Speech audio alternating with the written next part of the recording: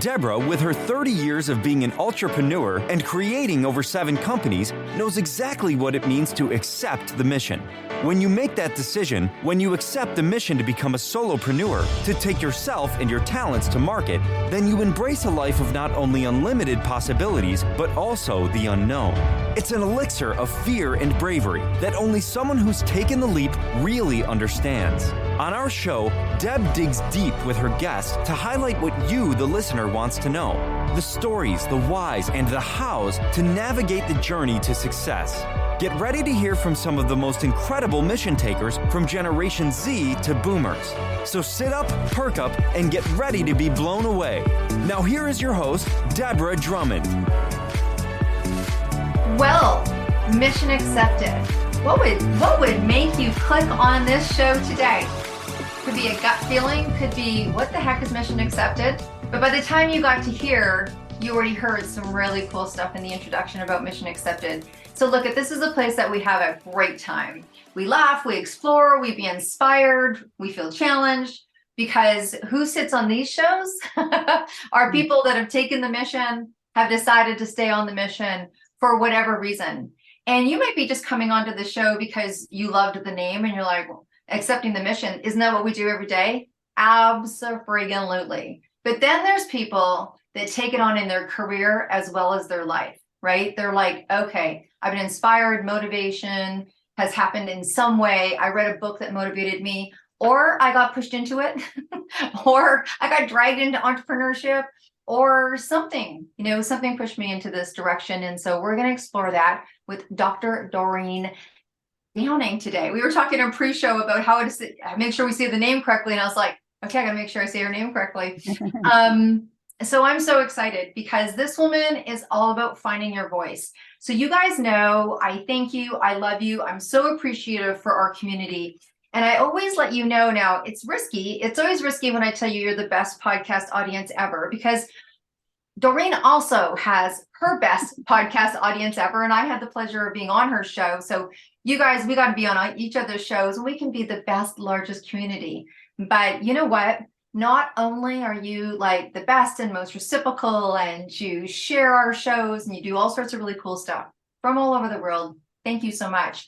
But you're also the most, I would say, expressive, from commenting back and sharing the word. So I'm going to give you, hands up for being expressive today, which is exactly, I know you're all laughing, what we're going to dive into with Doreen, because this woman is about helping people find their voice. Because when you find your voice, you change your life. And right. And if you didn't believe it, you're going to within this next half an hour having this conversation, because there really is something pretty incredible that happens, I think, even from a physiology standpoint, from an energy standpoint, who comes back into your life when you find your voice and people hear you, just the reverberation of how that goes out into the world, and all sorts of little magical things happen. But you don't need to hear it from me. Let's hear it from Doreen. So Doreen, thank you so much for coming on to Mission Accepted today. Oh, this is wonderful, Deb. Already you've captured so much of what I'm about. Thanks. Absolutely. If I haven't said it, we will share with you that Dr. Doreen Downing is a clinical psychologist, and we are excited to hear about not only how she decided to find her voice herself and share a bit of her mission. She started a practice and she started a podcast. So she's kind of double dipping in the world. We call that entrepreneuring. We call that entrepreneuring. So do share with us, this mission of what made you decide to turn you and finding your own voice into a career. Well, I think that I always knew I'd be a psychologist, went to UC Berkeley and got a PhD. And however, the thing that nobody really knew about me was that I had a fear of my own about public speaking. And actually, just one person at a time in my office, I was safe. I got to ask the questions. If anybody asked me anything, it was like, oh, I wonder where that question came from. I got really good at turning things around to put the attention on the other person. However, when I was asked to give my research at a conference, I said, no, I'm too afraid of public speaking. And the organizer said, but doctor, isn't fear your business? Ooh, Hmm. Yeah. There's a mirror. Yes. Well, it was a confrontation. You're right, Amir. I didn't want to. It was like, yeah, the veil dropped. Yes, okay. And it must have just been time for me to set out on my journey to find this voice inside that was captured, or Michaelangelo talks about the marble and chiseling until you set her free. And I think that's how I felt. And so that's when I started taking my first classes on overcoming the fear of public speaking, even though I had a PhD in psychology. That's relieving for people to hear. I always think that we are fully heading into the world of transparency. I Yeah. think when people talk about authenticity, people being authentic, I think they're saying that because people are being transparent and not being concerned about having on how things look, right? I always said like we were the best dressed dysfunctional family on the block, along with every other best dressed dysfunctional family, right? Like you really kept things inside. Those Yeah. things belong in this house and what have you. And I think there's a place for that for sure. Yeah. But when people hear that everybody has their own things to work through, whatever that looks like, I just think it's a great global sigh of relief. Beautifully said. Yeah. And I think that that's stepping towards the fear. Oh my gosh, that means I have to take myself to a class. And here I am, a professional, and can I humble myself enough to start from zero and take myself there? And it was terrifying. Yes. Mm-hmm. Mm-hmm. So how did you get through it? How did you get through Little by little, I think first of all is saying, okay, I need to go through a change process and I need to take myself to that. So what else is out there? These classes at San Francisco, and then I joined Toastmasters and I learned how to make a very good speech. Of course, I was a part of that for 7 years. However, there was still a part of me that I felt like I was holding back. And it was when that quote about Michelangelo seeing the angel in the marble, I think learning how to be a good speaker was how I became even more able to hide my true self. Really, Oh that's, no. That's a mic drop. yes, That's good, Doreen. That is so good. That's so good. yeah, Because when you said you're speaking, yet you still felt like you were hiding something, yes, not allowing something to come up or still bury, that's not unusual. yeah. That's certainly not unusual. Yeah, all this, like you said, the well-dressed neighbors and you. I was pretty well dressed, but however, I had done a lot of inner work, obviously, as a psychologist. But that's when I did even the deeper dive into finding, and this is what I write about in my book, finding the essence. She was hiding way back there because she was, I don't know, scared to come out. And I had to go and say, hello, little one in there. Who are you? What are your strengths? And I was in some groups where I got feedback about how warm I am and how embracing I am. And those began to be positive inner strengths that grounded me. So no matter where I showed up, any audience of any size, I knew that they couldn't take that away from me. And so I learned how to speak from my essence. Mm. That must have been really interesting, actually, to switch that, to switch Yes. that. Yes. Because there's many different platforms for speaking. Yes. Someone has said to me many times, nothing against TEDx. I love listening to some incredible friends of mine that have done TEDx. Yeah. And a lot of people have said to me, why haven't you done TEDx? And I'm like, well, because you can only walk a certain way and you can only say a certain thing. And there's parameters. And I'm not sure I'm a parameter speaker. I'm not sure how it would feel to have to. I've just never had that. I know that there's things that you can say and should say, and I can hear myself back where there's things that I can always grow from. And I'm like, I say that word a bit too much, or I say that word too much. I'm not sure those parameters would allow me to feel like I could give it all. Do you know what I mean? I'd feel like I was in a restraint state. I don't know. I mean, I've never done it, but Uh-huh. Well, I think you're describing what I went through when I finally decided that I needed to do something other than be a good public speaking performer. And what you said is it's not about the performance techniques, because that's what good speakers do, but it's about finding what's true inside of you, your own spirit, your own essence, the strength that is uniquely yours, and learning how to express that. Yeah. Wow. Okay. So many different people need to find their voice for many different reasons, right? You were looking to find your voice because you felt like there was still something to, something different inside to be said. For people that are listening to us, so you decided to go on your own, do it like, make this, you made this a living, like you made this find your voice, change your life a living. So you were being a psychologist, and then did you add something else on? What do people come to you for? Like, are they like, I want to be a speaker, but I want to be authentic, or I'm just, crumbling in this relationship or crumbling in my work, and I don't feel like I can express myself? Like, why do people go to someone like yourself? Like, what are some of the things that get solved from finding your voice? Oh, yeah, both of the things that you just mentioned, relationship issues, being a speaker that is much more authentic and willing to do other than the kind of performance techniques, to go outside the box, to be just more fully expressed.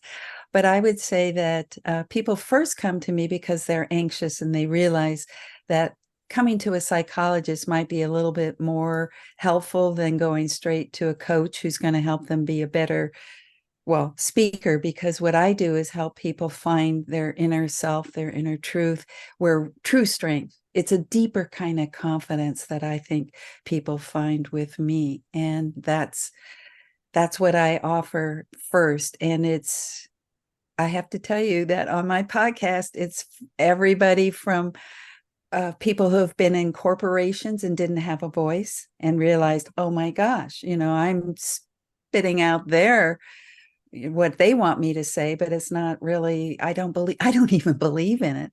And then it's also people who are stuck in relationships, toxic relationships. There are people who, and you named just the two, three things that we've got going. So to me, I have to also say something that I think is basic to my work with people, is that life is your stage all day long. You are showing up and you need your voice, you need yourself to be engaged in a way. So that's one of my things, that, life is a stage. Make sure you speak up and engage. That's one of the sayings I have. It's about being engaging, right? Yeah. So again, for people that are listening and they're like, okay, there's some places in my life where I could step up a little bit or be more expressive or walk through that, unlock the door. I always say in the big women's project that we're doing that, if we're, I'm in Vancouver and, you're somewhere in the US and we're having this conversation about empowerment, that there's a woman, in Europe right now just about to walk into, her boss's office, and she's like, I'm super nervous to go in and ask for the raise or ask for the day off or ask for the holiday or whatever. And all of a sudden, because we're over here being empowering, like what we're doing right now, Doreen, that all of a sudden she feels the wind at her back and she's like, ooh, this doorknob kind of opened kind of easily. And she's like, hey, I need you to sit down for a minute and I've got something I need to say. And she's kind of looking around like, where did that come from? But that's my way of asking that question, like, how can people, because there are so many different things that they need to do, what are some just, I don't like the word tips, but what are some things that you can share that could make things easier for someone in the moment right now until they're able to get to talk to you? Well, first of all, I love that image that you just presented, the sense of a supportive wind that's behind you and giving you the strength from behind, like the back. I've got your back. And so what I would, in the work that I do, I have 7 secrets I talk about in my book, and I call them secrets because they aren't performance techniques, and each one starts with B. And I would say that one of the ones that seems to me well, the first one is be still, so that people have to learn how to go from a state of anxiety and triggered to a state of calm.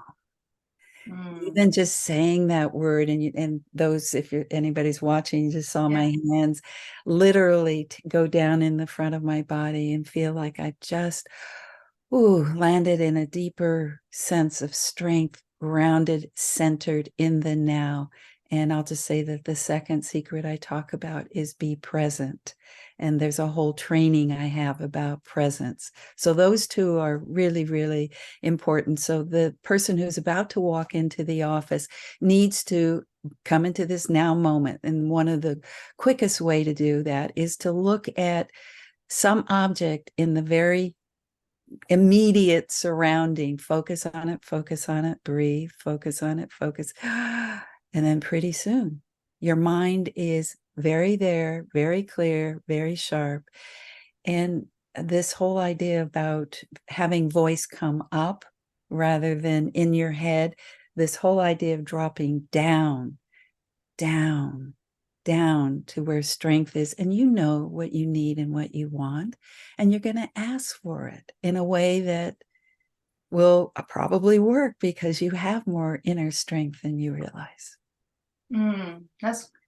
I think that's incredible, because that whole idea about being in the now, when you're anxious about something, even talking to someone who you have a safe, trusting relationship with, maybe you need to bring something up that's not necessarily going to be like, hey, where do you want to go for dinner tonight? Yeah. And just so all these things are going on in your head, like what if, and yeah, but this, and all that conversation. But to be in the now and be really, really present in the now with none of that chattering. Because isn't that a lot of the reasons why we don't step into our own voice, or we don't, is because of the chatter or the fear or the what if or the all of that stuff. So to be present. Yeah, you're talking about all the other voices, and which voice are we really listening to, and how do we get access to it and know the sound and the feel? It's a sensation of, oh, this feels so good. And you used a word earlier today, reverberation, that there's a sense of resonance, that when you are truly in your now moment, grounded and open and channeling truth, then it feels like that's where power is. I think that life is so interesting. You're talking to someone who, I've been on the personal growth journey, or the career growth journey. Let's call it the career growth. Some people go, it's a journey. I'm like, oh, it's a growth journey, right? You want to play the entrepreneur game or the life game. And I've been a big advocate of getting coaches, trainers, counselors, therapists, whatever's up, through that whole experience. And it's always not shocking to me, but reminding to me. For example, as we sit here and have this conversation about these things that you, as an expert in this area, can teach someone that makes a complete difference. Yeah. Like my son a year ago.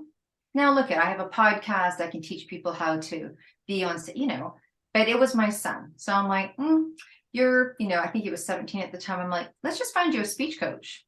He's like, why? I'm like, because you're going to be on podcasts. You're going to be on TV. You need to know how to speak. Because when the waiter just asks you what you did for a living, you're like, oh yeah, I kind of got this clothing thing. It's cool. But he didn't look at him.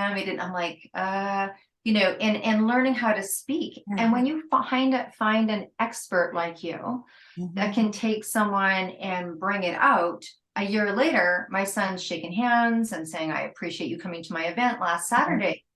But really, when you talk, it just reminds me how finding someone and hiring somebody in a specialty arena, a voice speaking, that's more of a specialty. I think it's a specialty. It makes you just so much better. Like you say your podcast is called Find Your Voice, Change Your Life. Yes. So maybe share with us, because I'm seeing it. I'm having my aha moment. I love how people hire people for specialty reasons, and how does it change one's life? I just gave an example of how that changed my son's life. It also made my work a lot easier. But how does it change people's life to find their voice? Like, why should people brave up and go do that? Oh, I love that phrase, brave up. And in a way, there's this idea about feel the fear and do it anyway. I would like to have less fear. And that's what I would like to work with people more, just rather than push and go do it regardless of the fear. Let's dissolve that fear and find who you truly are so you can show up, walk into any room. And some of the stories, many, many, many that are on my podcast of people who have gone from severe trauma to coaching in master classes and writing books. So I think the podcast is a good place to go find a lot of those stories. But if you want one right now, I've got. Absolutely. How did it change someone's life? Like, let's share. Yes, he was a VP of sales, vice president of sales in a company and a corporation. And every Friday morning, he had to give a report to the team. And he said that he sweated for hours Friday morning. And then he would type it up and then he would read it to his team. And he was always, always, always nervous. And what we did was two things. We dove back, which, because I'm a psychologist, I always like to get to the root. And we found a root to his anxiety, which had to do with early in a class, he asked a question that was embarrassing, probably at that time, because he was only like 12 years old, and everybody teased him from then on. And it had to do with it was in a sex education class. And what he saw when he looked back at that moment was how he's carried shame because he was bullied and teased. But what he saw, the whole shift in his mindset was, I had the courage.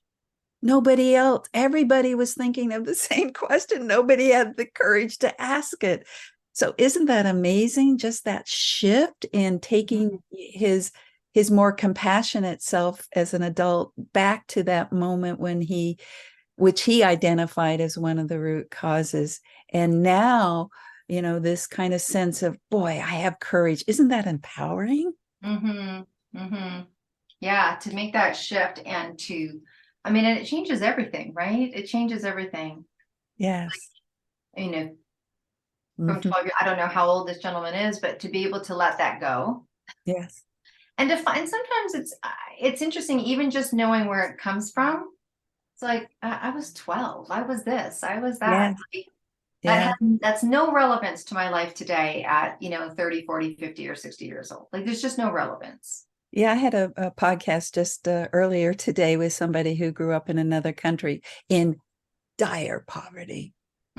So poor. The family lived in one room and it was freezing. She talked about the breath coming out, and her mom would bring hot, warm bottles to warm up their bed. And she's now an international speaker. She's out there. And so it's wonderful. This is, to me, that I hope that our listeners today are getting how important it is to know yourself and learn about who you are, and that anything that's happened in the past, and this is what happens on the podcast, anything that's happened in the past is good. It's not all bad. It's like you can make something out of it. You can, it's all meant to be there for a reason. Awesome.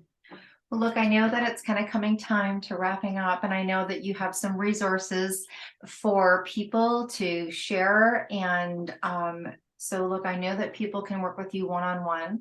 Yes. There's people that love to do one-on-one. There's people that love to do group work. So I know that you offer both, which is nice because not everybody wants to be, they want to have that more specialized. I personally love that way. You have a book that you talked about. What is the name of your book, Doreen? Oh, The 7 Secrets to Essential Speaking. And I talked about 2 of them: be still, be present. And there are 7. And so that's available. Find Your Voice, Change Your Life. The 7 Secrets to Essential Speaking. And I say essence is where we need to speak from. So it's not essential, say the right thing. It's really about tapping into your inner strength, your inner voice, your inner self. That's powerful. Okay. And then if you want to hear Doreen talking to people about having experience around finding their voice and how that changed their life and how that happened, you can go to the podcast, Find Your Voice and Change Your Life. And of course, everything will be in the show notes. Doreen, have I missed anything that people can come and find out more? No, my website has everything, DoreenDowning.com, DoreenDowning.com. Awesome. So look, you guys, if you're like, hey, I think I can up my game. I think that there's somewhere else I can be braver. I think that I could feel safer in being authentic. I think that's really what comes to me around people starting to become more authentic and what have you, and you want some support in that, then you can contact Doreen and have that experience, and then come tell us how it worked out. Come on the show. She's going to coach you so well that you're going to contact me, because you guys know if you want to be sitting where Doreen is, then you're going to contact, you're like, I need to come onto your show because I got something to say. That's something to say. That's why. That's something to say. Okay, now I'm going to completely change the whole conversation, and I'm going to ask you this beautiful final question that my listeners know happens on every show. And that question is, if you were on your way to a desert island and it was you, and you had this beautiful suitcase, and in this suitcase, you only had room for one album that you could stick in this suitcase that you couldn't imagine not listening to for the rest of your days while you're having a nice Mai Tai on that beach, what album would you take with you? Well, I know what song I would take with me. In fact, just talking about it kind of moves my heart right now. And it's from the Grateful Dead, and it is Ripple is the name of the song.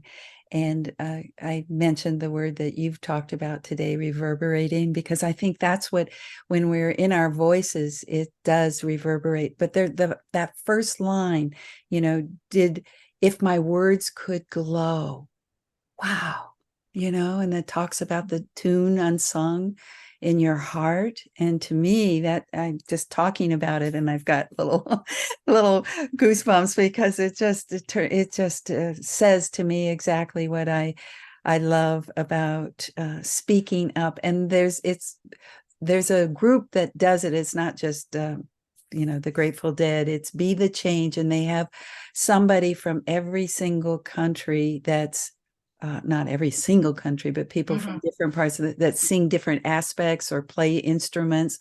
So I love the sense of everybody joining in the world in around singing up, speaking up, singing and expressing life and love and joy. And if my words did glow, wow. Wow. I think everybody out there knows that we've got a pretty big project going on called, Show Up, Stand Up, and Speak Up. Maybe we need to do a sing up series. Dorothy's like, no, Deb, no. Stop that. But thank you for sharing that. And what a perfect lead in to having that conversation about if you want to come. And you guys know we got this great project going on where women like Doreen come on and share inspiration and information and just powerful moving presentations and seminars and workshops. It's the 22 summits I'm talking about, people. I know a lot of you have been on. We're so grateful. We are heading into our 10th on December 8th. How incredible, out of 22. And thousands of you have come to hear this incredible information and just be in solidarity. And it is a global project. So please, if you don't know where to get information, you can go to debdrummond.com, go to the events page, and you can find out about the next summit. Or this is not difficult, it's deb@debdrummond.com. So if you want to come to the summit, if you want to speak on the summit, if you need to get it up together to get speaking on the summit, go see Doreen and come see us. And if you'd like to author in the book of 262 women that is supporting that project as well, we announced to the world on International Women's Day about this incredible book, and then we launch it live to the world on May 11th. So Doreen, thank you for being with us today. Audience, thank you so much. We hope you feel inspired and motivated, empowered, and you guys know what to do, right? You know to share this episode, you know to give us your comments, and you know to show up again next week. And so thank you again, Doreen, for being with us today. Yes. And for you guys, be well and stay groovy. Bye for now.